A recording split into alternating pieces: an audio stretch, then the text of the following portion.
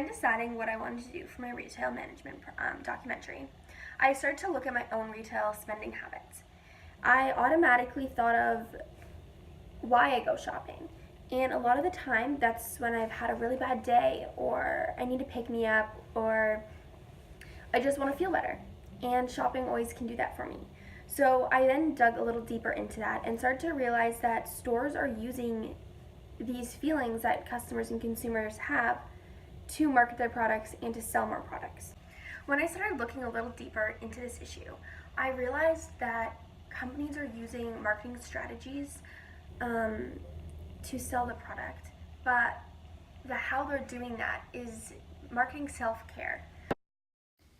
Lush is a perfect example of how companies are using self-care in their marketing strategies. From their bath bombs to their face masks, you can see that they're using certain phrases and tactics to push this self-care, treat-yourself methodology onto the consumer, getting them to purchase more often and in higher monetary amounts.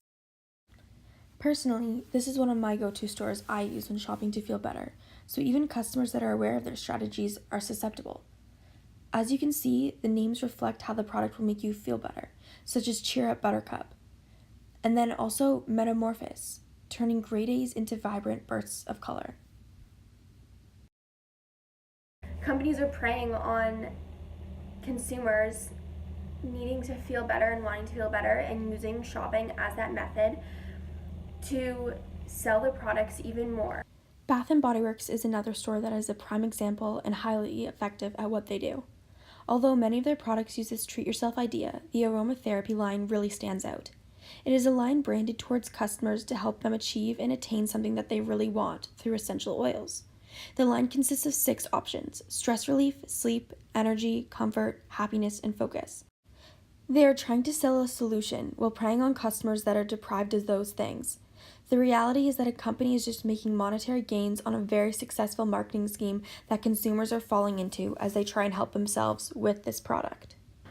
So I think one of the most interesting aspects of shopping behavior and this idea of retail therapy is the way that it affects the chemicals in your brain.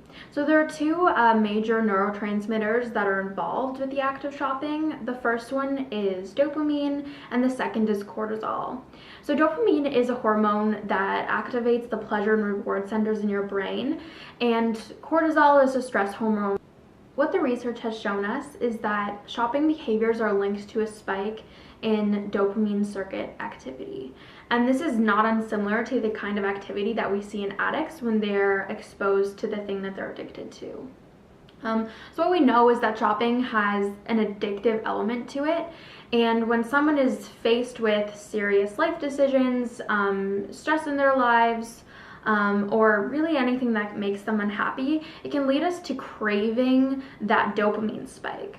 Another thing I find is really effective for these companies to be using is salespeople. They completely contribute to the efforts that the company is trying to do by using these branding techniques of self-care and treating yourself.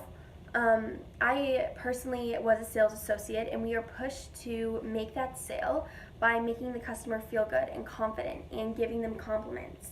I find Aerie a big culprit of this. They have a multitude of sales associates to encourage and give positive reinforcements to customers as they shop. In the fitting rooms, this works best as a lot of women are in a vulnerable setting. Aerie's newest campaign targets these insecurities and the need of positive reinforcement through posting sticky notes on the mirrors that have uplifting messages written on them. Within the messages from other customers, you can see ones that say treat yourself and just buy it, spend the money.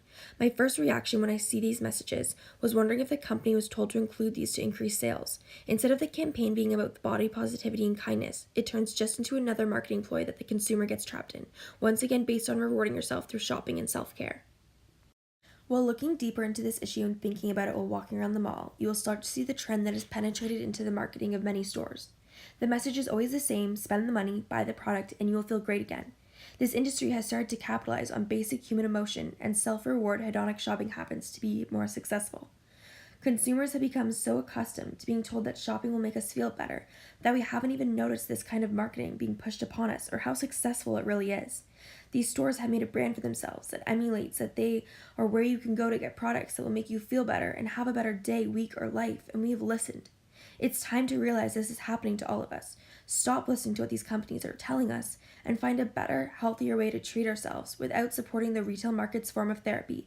Because let me tell you, it is just as expensive as an actual therapist, and it's really not helping.